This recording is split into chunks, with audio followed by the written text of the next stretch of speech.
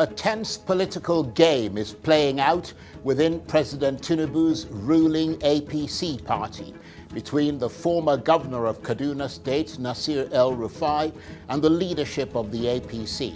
And as they pick ever more fights, any moderating influence seems to have been thrown out the window, replaced by seismic levels of divergence as the schism widens into deeper fractiousness.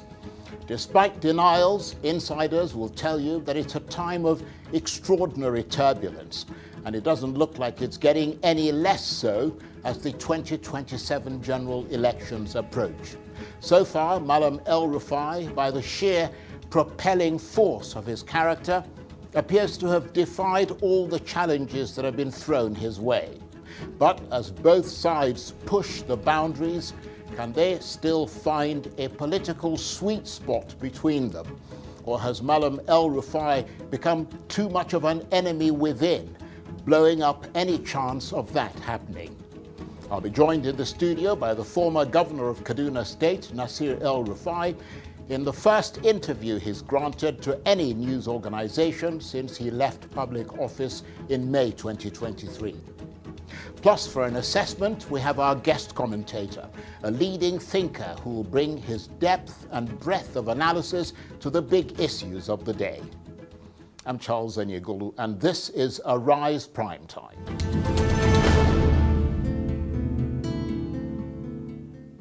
Now, he's one of Nigeria's best-known politicians, having recently served 2 terms as governor of Kaduna State and previously as minister of the Federal Capital Territory of Abuja, as well as director of the Bureau of Public Enterprises. He's also a co-founding member of the ruling APC party and was once a Tinubu Uber loyalist. But now Nasir El-Rufai is a man in the spotlight for different reasons. Ever since he was nominated for a ministerial position by President Tinubu, but was rejected by the National Assembly, the relationship appears to have gone south. He's been at loggerheads with the APC political machine, denouncing it recently in a searing rebuke for failing to meet in the last 2 years, alleging that it lacked internal democracy under President Tinubu. The APC hit back, accusing the former governor, who once held President Tinubu aloft in the 2023 general election, of plotting against Mr. Tinubu's re-election in 2027. It suggested that Mr. El-Rufai's high expectation had turned into immense frustration over his failure to secure that ministerial appointment. And as the clash resounded ever more harshly, Malam El-Rufai said he no longer recognized the APC. Lately, he's been engaging with the opposition, including former Vice President Atiku Abubakar of the PDP and the Social Democratic Party. So, are we now seeing a possible political realignment ahead of the next presidential election cycle? Well, for more on this, I'm suitably delighted to say that the former governor of Kaduna State, Nasir El-Rufai, joins me now in the studio in the first interview he's granted to any news organization since he left public office in May 2023. Thank you very much indeed for choosing Arise as the place that you would do that interview. Thank you, Charles. The last time we met was in the same studio, almost 2 years ago, when you were my guest on this program. So let me start by wishing you a happy new year and a very happy birthday, which you marked recently. Thank you very much. Thank you. And let me start with a simple opening question, because you said when you were last here, and at the time Bola Tinubu was a presidential candidate, that you were solidly backing his candidacy, and you held him aloft during the election and worked hard to secure his victory. And for the first couple of months of his presidency, you appeared to still give him unqualified support. Have the tables turned since then? Is your solidarity and support still to be counted on? It's a difficult question to answer, Charles. I am a founding member of the APC, and I'm still a member of the APC. but I have concerns about how the party is being run or not being run at all, and I've expressed those concerns. I've expressed those concerns because I feel that, like a father who has given birth to a child, I know the investment and efforts and the compromises we had to strike to create what is now known as the APC, and how many people sacrificed a lot to ensure that it was an internally democratic party with progressive ideals. And 2 years after the election of President NUHU, none of the party organs is functioning. The progressive ideals, in my view, are not being pursued with any vigor. And the very high expectations we had of the president to take this country to the next level based on his track record in Lagos is somehow not materializing. So I have no issues with the Tinubu administration. People say I'm a critic of the administration. I've never said a word about the Tinubu administration. My comment in a panel on democracy in Nigeria had to do with the APC. I've never, since I left office and the president begged me publicly to come and serve in his government, I had my plans, and I told President Tinubu from day one, when he asked me to support him, I said I would, but I don't want anything, okay? Because politics in Nigeria is always about what do I get for giving you support. I'm not in politics for that reason. I'm not in politics to get anything.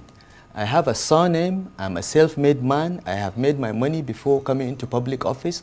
I don't need anything. After 8 years in Kaduna, I was nearly burnt out.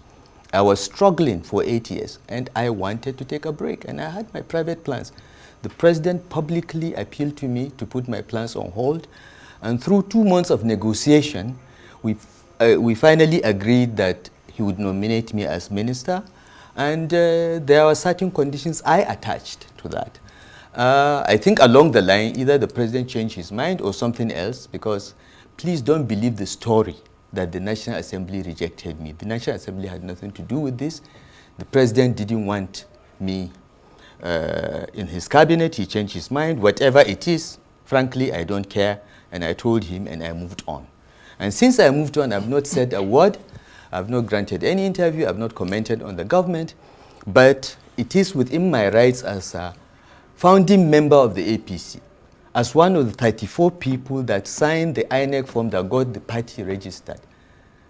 It is within my rights to ask, why is my party not functioning? Indeed. And that's all. And so, you know, I don't know if I've answered your question, but... Well, to some extent you have, but I'm going to press you a little bit more on that, because you suggested that there was, I mean, the impression that we all had was that you were nominated for a ministerial position, but that under serious scrutiny from the National Assembly, you failed to make the grade for security reasons. But you're saying that that was not what turned the tide of your support, that failure to win affirmation in the Senate. You're saying that the president decided that you were no longer going to be in his cabinet. I believe that. I believe he changed his mind. What makes you believe that? What security?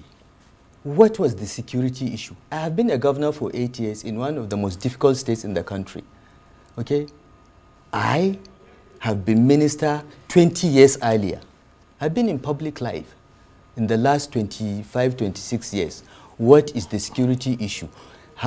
Where is the report? What about other ministers far less qualified, far less experienced, with huge controversies around them that scaled through because the president made a call? So please leave that aside. I don't want to focus too much on that. Right. The president is a human being. He is entitled to change his mind. And it's not an issue. And it is a job I didn't want in the first place. So the slightest opportunity I had, the security thing was a good thing for me because it enabled me to say, Mr. President, I'm gone. And I went on with my life. Now, since then, has anyone released that report? What is the security issue? What is this? What is that? Leave that. The only reason why I'm talking about this, Charles, is because anytime I make any comment about how the party is running or not running, or I visit a friend of mine, Tinubu's hacks go on, oh, it's because he didn't get a ministerial nomination. Guys, I was minister 20 years ago, all right, in my 40s, and I told Tinubu I did not want to be minister. I was not interested. He appealed to me, begged me, and gave me a challenge. What was the challenge? Nobody has sorted out electricity. No president has defeated the electricity mafia. You and I can work to defeat it. It was the challenge that made me accept. All right? Now, I had an opportunity to serve my country, and the person that gave me the opportunity changed his mind. It's okay. And I've moved on with my life. But I mean, have you encountered him subsequently? Have you met him? Have you, both of you, since that time? We have met. Did it ever come up in your discussion? We have met, and we have met a couple of times. But, you know, we have met at Baba Akande's birthday anniversary last year, and the president asked me to come and see him. I met him once, we discussed, and, you know, let's find ways. I said, Mr. President, I don't have any problem. I'm fine. But when you say, what did good. he say to you? He said, you know, we still have to find a way to work together. I said, I'm waiting. You know, you tell me how we can work together, but I want to assure you, as I told you even before the elections, I am fine. I have a private life which predates politics, and I'm pursuing my life. Look at me. Do I look like I'm stressed? I have put on weight. I sleep better. I don't have to read security reports about bandit attacks here, or, you know, I am at peace. But I mean, would you say that even though you are at peace, as you have suggested, that you've become estranged from the government of the day? Look, Charles, I'm not a permanent government person. The first 38 years of my life I was in the private sector, okay? I came into government quite accidentally, and I have never wanted to be in government forever, okay? When I finished my work as Minister of FCT, I told late Umar Eradua I did not want any job, because I wanted to go and complete my law degree in the UK and go to Harvard Kennedy School. I got admission many years before it lapsed. I wanted to go and finish that MPA. I always plan my life outside of government. But for me, being in government is just an interregnum, an opportunity to serve, yes. Which is fine, yeah. And based on but that, not to be there permanently. No, I understand what you mean, but based on that, you must have expected, and in fact many expected you to play a prominent role in Tinubu's administration, because you helped to deliver that position to him, and he wanted people like you, from what you've said, coalescing around him to give him the kind of support that would make his administration successful. And people are wondering whether, you know, beyond the ministerial position, whether there was a different rift that might have been simmering that we don't know about. Well, look, first of all, let me correct that. I believe that the purpose of politics is to serve, and politics is a vocation. You know, politics is not a career, okay? So you go in, you serve, you go back to your life. People without an address, people without a profession, people without means of livelihood should not be in politics, in my view. So I have always looked at politics as, you know, a process through which leaders get thrown up, and when I get an opportunity, I go, I do my best, I show an example, I build other people that will replace me, and I move out. So the assumption that once you contribute to the success of a political party or a candidate, must lead to a payback through an appointment is misplaced. Right. Not all of us are interested in a government job, and I told Tinubu that. But Tinubu insisted, and I said, gave me a challenge, and I honestly thought, as you proposed, that he would want to get people like us to help him succeed. But you know, that didn't work out. It's fine. I'm back in my life, and I'm okay. And there is no, to the best of my knowledge, there is no other rift. Okay? Well, let me put it another way. You're known to be a reformer? I mean, you were in the Bureau of Public Enterprises, you reformed so many things, you were the Minister of Abuja, you had this transformative influence that everybody recognizes in this city. I mean, you went ahead to Kaduna State. I suppose the jury is still out on how that went. Have you been to Kaduna? Not recently. The jury was concled 2 years years ago. But go to Kaduna. Don't listen to those. I will. Yeah. I certainly will. But I mean, the thrust of my question is that you are known to be a reformer. Yes. As I mentioned, over the years. Are you supporting President Tinubu's reforms? Look, I don't want to pass any judgment or make any opinion about the government, because anything I say can be interpreted as a criticism. Well, you either support it or you don't support it. No. I support some of the policies. Right. Which ones? Most of the economic policies are the right orthodox policies, okay? But the sequencing is wrong. The quality of the people implementing the reforms leaves much to be desired. And I think that some of the reforms are just wrong. You know, you don't address food inflation by destroying domestic agriculture through importation, for instance. Food prices may be going down, but farmers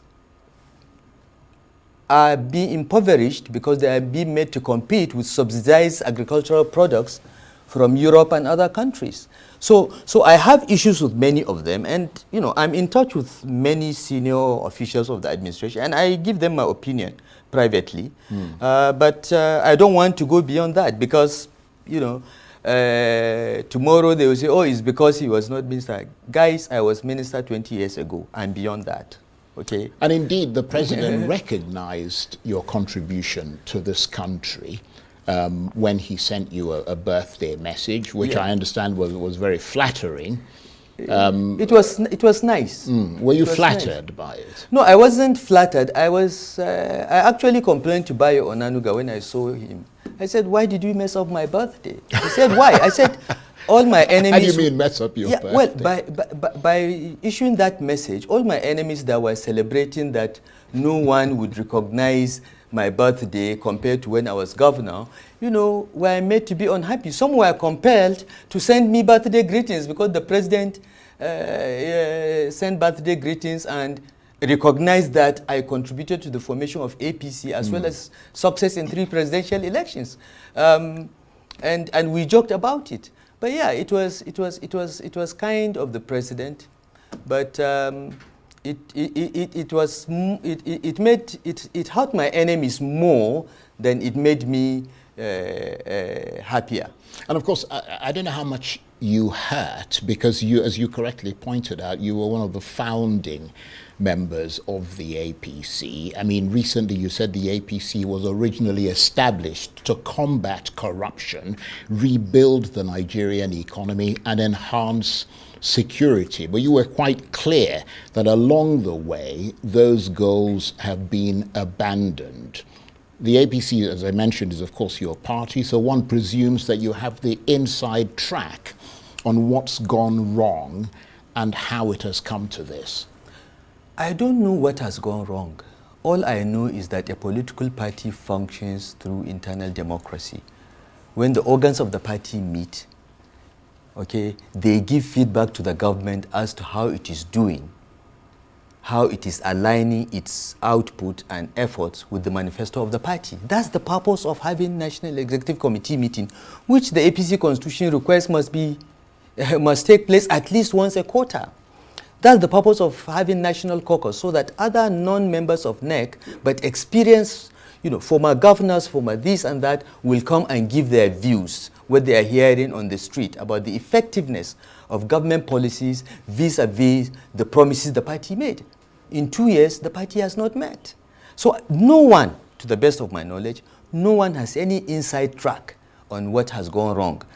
In the last few months, I've been visiting the former national chairman of APC. I went to see Baba Akonde. I asked him the same question. I saw Adams Oshomole. I visited Chief John Oyegun.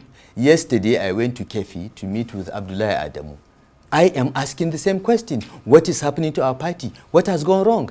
And nobody can say anything because the party has not met for 2 years. There has been no conversation about the alignment of government policies with the progressive values of the party. No conversation at all. I'm happy to learn through the grapevine that the party is finally going to have a national caucus meeting and NEC meeting. And I hope that will be discussed. The question you are asking should be asked in those two fora.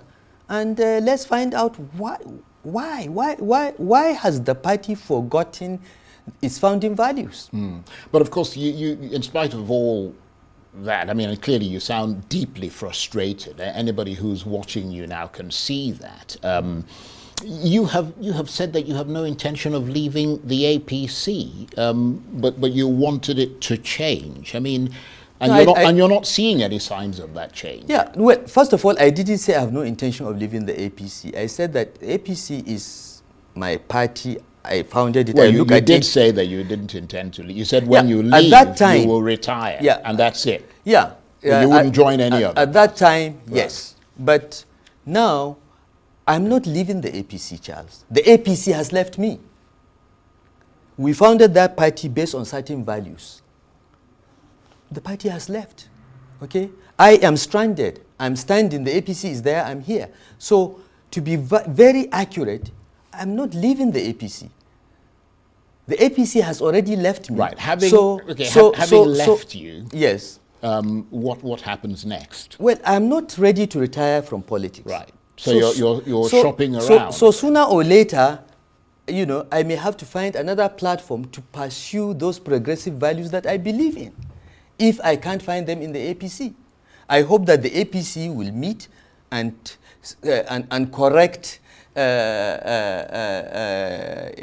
its journey, and then maybe some of us can look at it again. But for now, there are many of us that cannot recognize the party. It is not what we worked hard to create. And all this has nothing to do with your own personal ambition, political ambition. Because I mean, to be a politician, you've got to have an ambition, don't you? No, you don't. You don't need to have an ambition. I mean, a politician like yourself, I mean, you've had several ambitions. No. And you've fulfilled those ambitions. Actually, I've never had an ambition in politics. So you didn't want to be governor of Kaduna I didn't want State? to be governor. Look, President Buhari, and you can ask him anytime, more or less forced me to run for governor of Kaduna State. I was afraid of running because I've never run for office.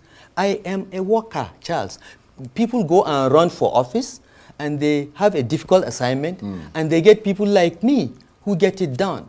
Myself, Ungozi, Obi, we are not people that will stand on a podium and tell people to vote for us. We are not like that. That's not our training. That's not our inclination. But after we formed the APC, and I was in the National Executive Committee, I was Deputy National Secretary, and we are preparing for the 2015 elections, President Buhari called me and said, go and run for governor. I said, no, sir. I'm not, I don't have those skill sets. My skill sets are technocratic. He said, no, go. We had 3 conversations before I accepted. And now that you've run, yeah. you've been bitten by the bug, have you? Well, I've been bitten by the bug in 2 respects. I will remain in politics for life, all right? But that does not mean I will be contesting elections or something. Yeah, I will remain in politics because I believe that I have to influence what happens in our party so that we have better quality candidates and governance. That's all. So I'm 65. I'm not yet ready to retire in politics. I intend to remain in politics. So sooner or later, if APC doesn't sort itself out and come back to those progressive values that I stand for and where I'm standing, I will find another platform that has similar values and move on. Well, talking about the possibility of another platform, I mean, more recently you've been seen in the company of top opposition figures. Yeah. You've been reported to be in some sort of political discussion with them. I mean, could you sort of enlighten us as to what is going on there. No plans to join the PDP or the SDP or any other party? Discussions well, underway, possibly? Okay. First of all, I think it should be clear that the fact that I'm in the APC doesn't mean that I cannot visit a friend of mine who is in the PDP or SDP, okay? So anytime I visit anyone that is not APC, say, oh, he's thinking of leaving the party. In fact, about 2 months ago, one character in Kaduna posted on his Facebook page that I've collected PDP membership card in my ward. It was totally untrue. When I visited my brother and friend Shehu Gabam at the SDP headquarters, oh, he has joined the SDP. Again, not true. I don't know where I will end up if the APC doesn't come back to where we started. But one thing I can tell you for sure is that PDP is not a party that I will go to, ever. Okay? Right. I have thought about that. I've decided that long ago, and nothing has changed. In fact, if anything, PDP has gotten worse. Right. So I can tell you, rule out PDP. I met with PDP leadership in Kaduna a couple of days ago. The state leadership of the party came to see me, and I will meet with them. Look, I'm a public figure in my state and at my age, and based on the responsibilities I have held, I am a leader of some sort. And if people say they want to see me, I'm not going to say you're PDP, I won't see you, or you're SDP, or I'll only meet with APC people. It is my duty to meet with everyone. It's my duty to guide and mentor young people across partisan divides. So I meet with people, but the moment I meet with anyone, everything is reduced to politics. But PDP, no. Other parties, possibly, if the APC doesn't sort itself out. But I mean, some people have suggested that you have the potential to run for president of this country, given your, credentials and the things that you've done. I mean, are any of these meetings, can we call them political consultations, that you're sort of sounding people out? No. Look, what started all this? Okay, first of all, let me say this. Anyone above the age of 35 with a secondary school certificate is qualified to run for president, okay? So in that sense, I'm qualified, right? But have I started talking to anybody about running for any office? No. I've never discussed that with anyone.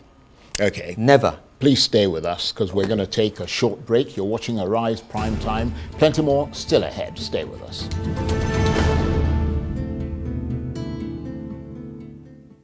Welcome back to Arise Prime Time, where we offer perspectives on the news and talking points of the day. I'm Charles Anyegolu, and I'm enormously delighted to say that the former governor of Kaduna State, Nasir El-Rufai, is still with me in the studio. It's the first interview he's granted to any news organization since he left public office in May 2023, and it's great to be here with you. Thank you. Let me ask you this. As a member of the APC National Caucus, you are a member of that National Caucus. Yes. I mean, will you be attending tomorrow's meeting at the presidential villa? Unfortunately, I will not be, because I will be on my way. I'll be in the plane back to Cairo, where I spend most of my time. I didn't get adequate notice. The constitution of our party requires 21 days, I think, or 14 days notice for this kind of national organ meetings. I don't think that notice has been given. If it has been, I have not received the invitation 2 weeks to 3 weeks ago. So I have my plans, and I'm leaving tomorrow. But many of my friends will attend, so I will not miss anything. I will get to know what was discussed. But I would imagine that your contribution, given the kind of criticism, if you like, that you've leveled against the party, I mean, that your contribution would be valuable, and you'd be chomping at the bit to attend that meeting. Yeah, but not, I'm a private citizen, not at this kind of inconvenience. Ramadan is starting. I came back to do a few things, and I'm going back. I have made plans to go to Saudi Arabia on Wednesday. I'm not not changing my plans.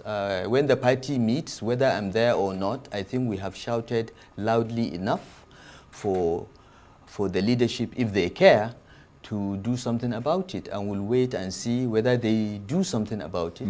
I don't have to be there. I'm not the only member of the party that is unhappy.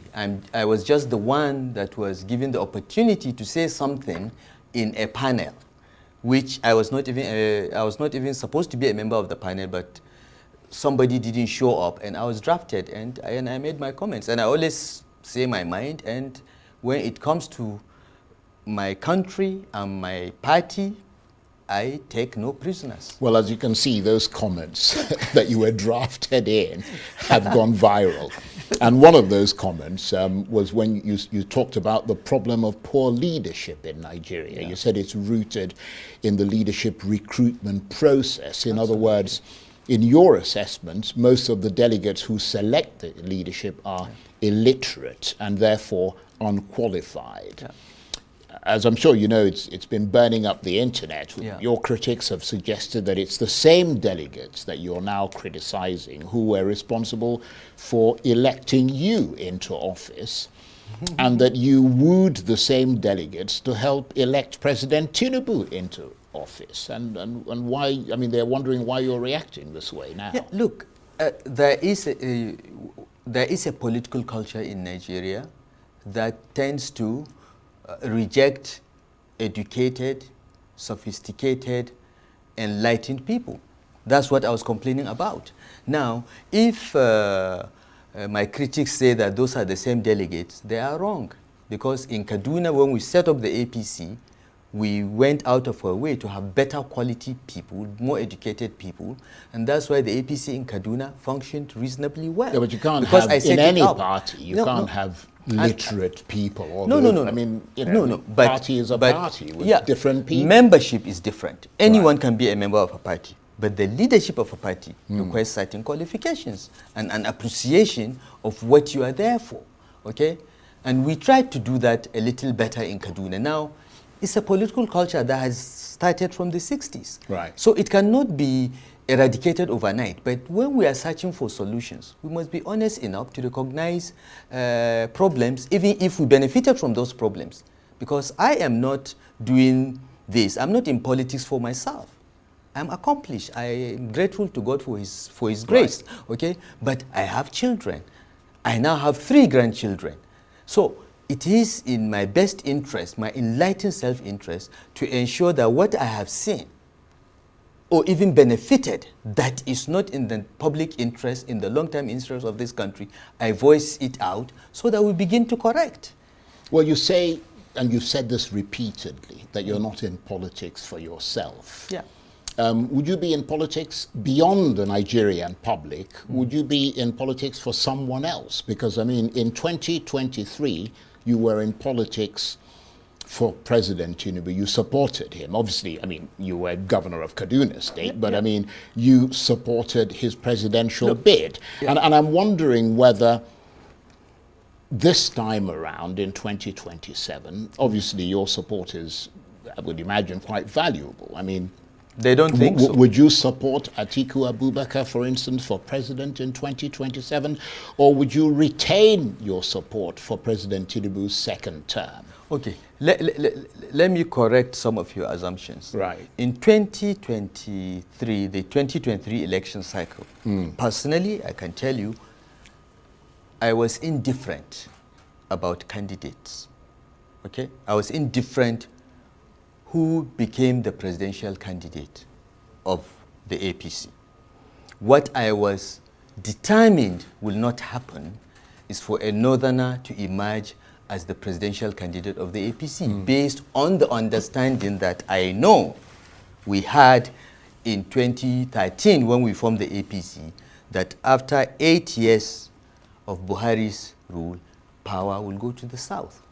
I was on holiday in Dubai when I realized that this was what was going on. Some elements around the president wanted a northerner to succeed the president. I came back. Governor Zulum called me and said, this is what is happening. I came back. We worked together as northern governors to truncate that. That was the only thing that I cared about in the 2023 election cycle. In the APC, it must be a Southerner. Now, who the Southerners give us is up to the Southerners, all right? That was my position. Now, when President Tinubu emerged as the candidate of my party, he now became the candidate of my party, and I am duty-bound to do my best to ensure he's elected. For me, the hierarchy of commitment is God, country, party. Yeah, but he's president now, and he's going for a second term, probably. He's Would going you support him in 2027? I don't know. I will evaluate the situation at the time, and I will consult widely, because it's not, when I supported President Tinubu before the primaries, it was a decision that we took, the leaders of the APC took in Kaduna. Who would we support? Okay, we've succeeded in ensuring that power goes to the south, okay? And we know that all the northern candidates will go nowhere. Yahya Bello, Ahmed Long, we knew, all right? But among the southerners, who do we support? They know those that are my friends. Tinubu was not my friend. I was never close to him. But the consensus of the APC in Kaduna was that we should support Bola Tinubu because he is the one that is more likely to win. Because politicians make these calculations. All right? And I said, fine. You are the delegates. I was not a delegate. Go and vote for him if that's what you think. But before you do, the night of the convention, I will go and ask President Buhari, who does he want? Because APC Kaduna is Buhari's APC. It's not APC Katsina.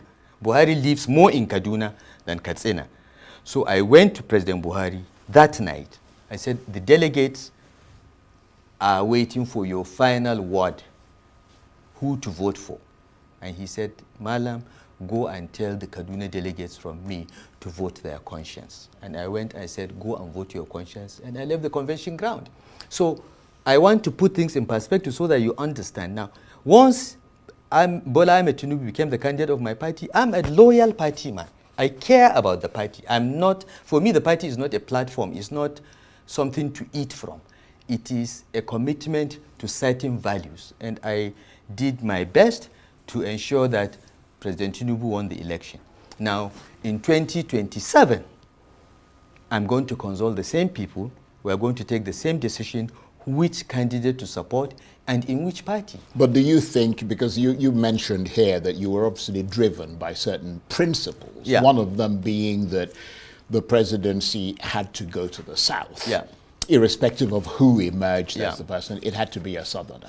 I mean, by that same token, are you going to support a southern president in 2027? I cannot say that now. No, but okay.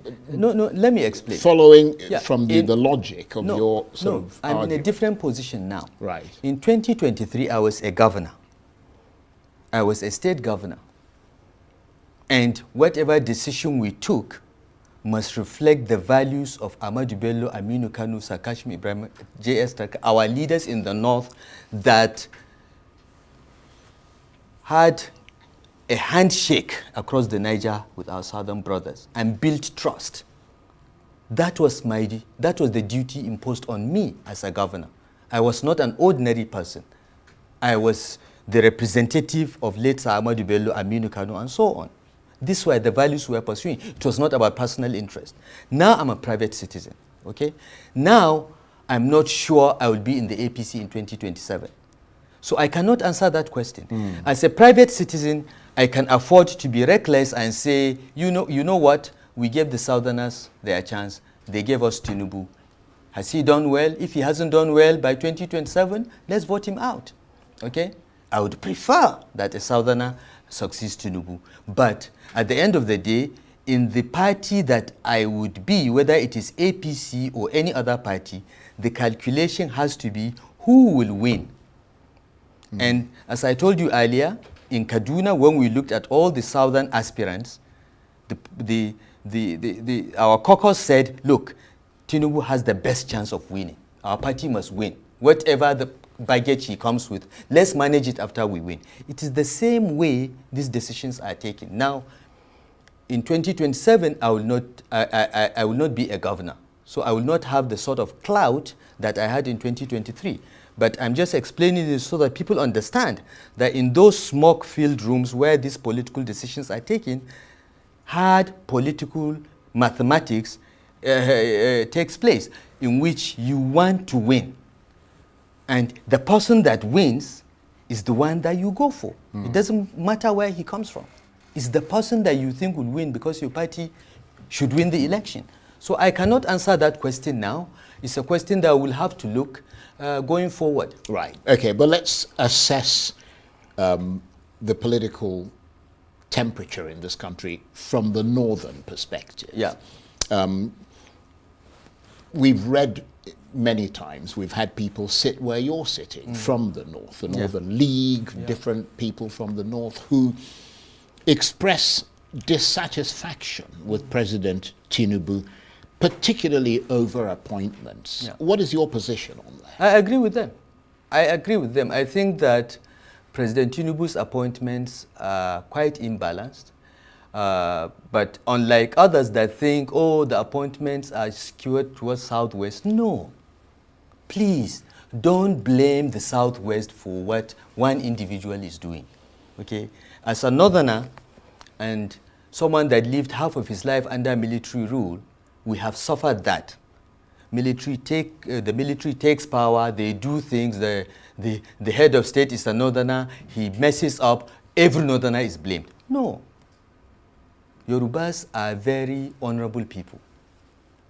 Okay? But there's a difference even in Yoruba land between an Omoluabi, okay, who is the ideal Yoruba person with morals and character, and an area boy.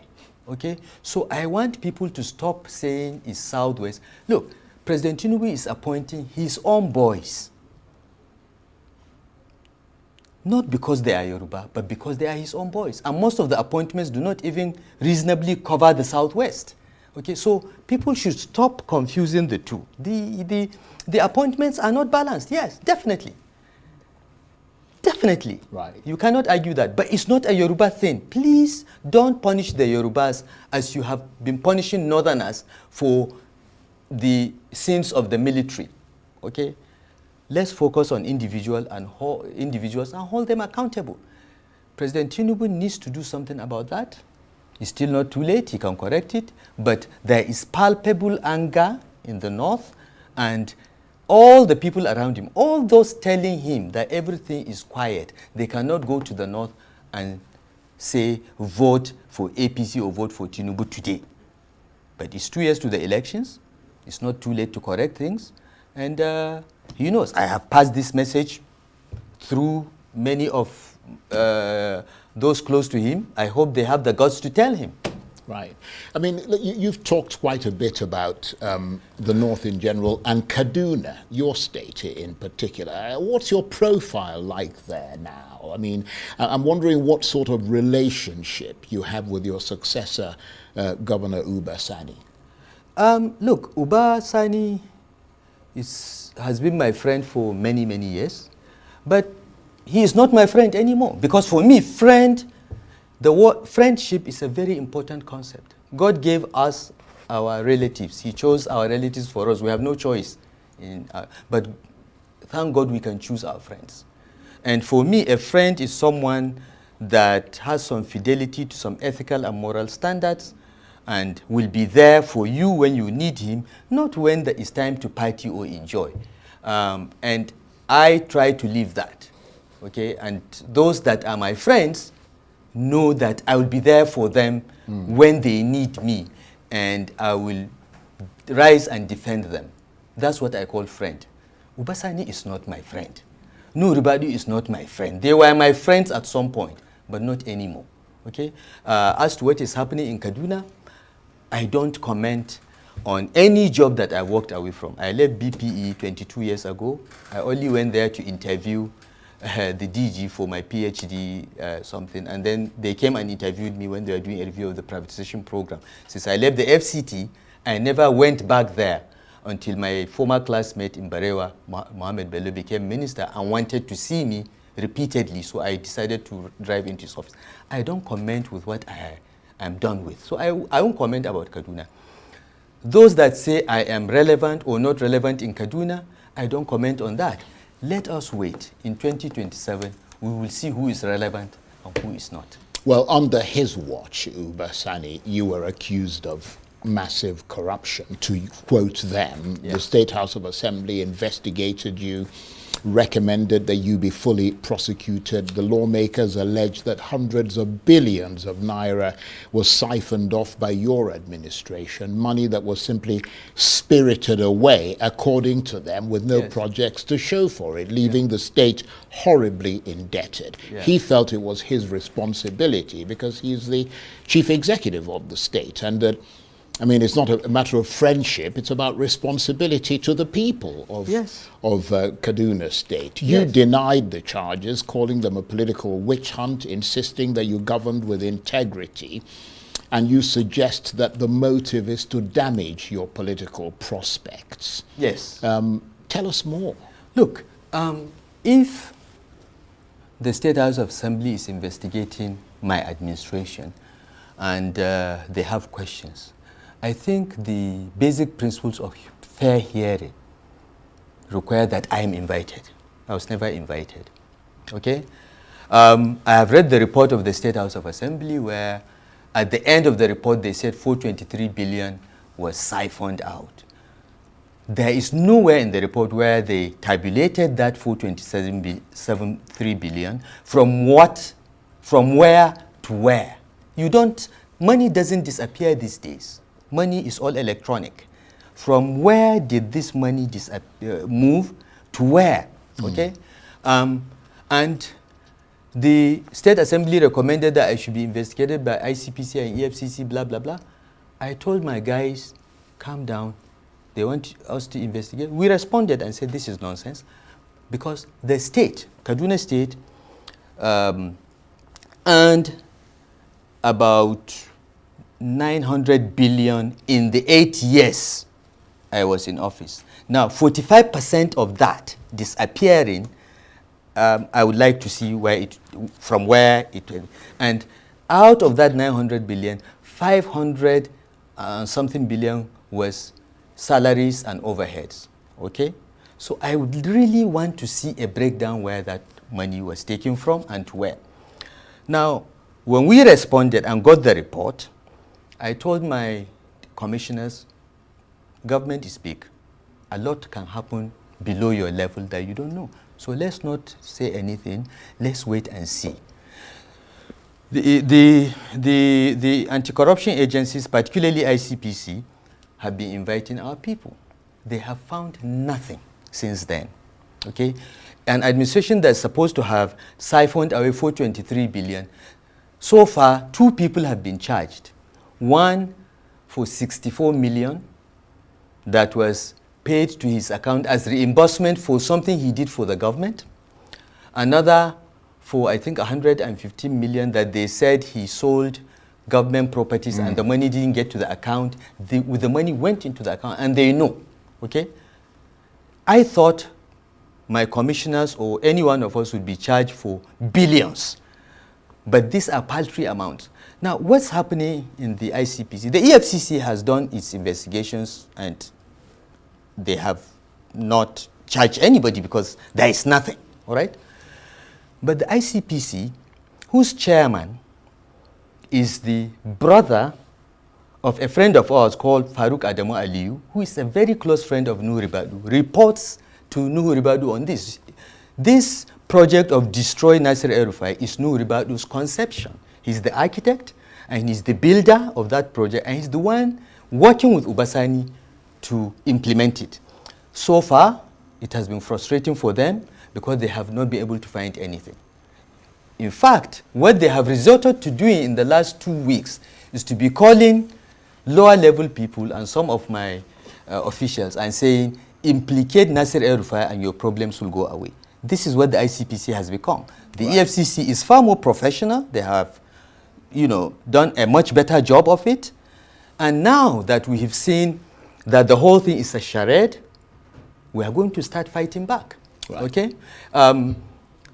Charles Very briefly, because we're out of time. Yeah, you know, I've been in public service for a long time. I was advisor to Abdulsalam Abubakar.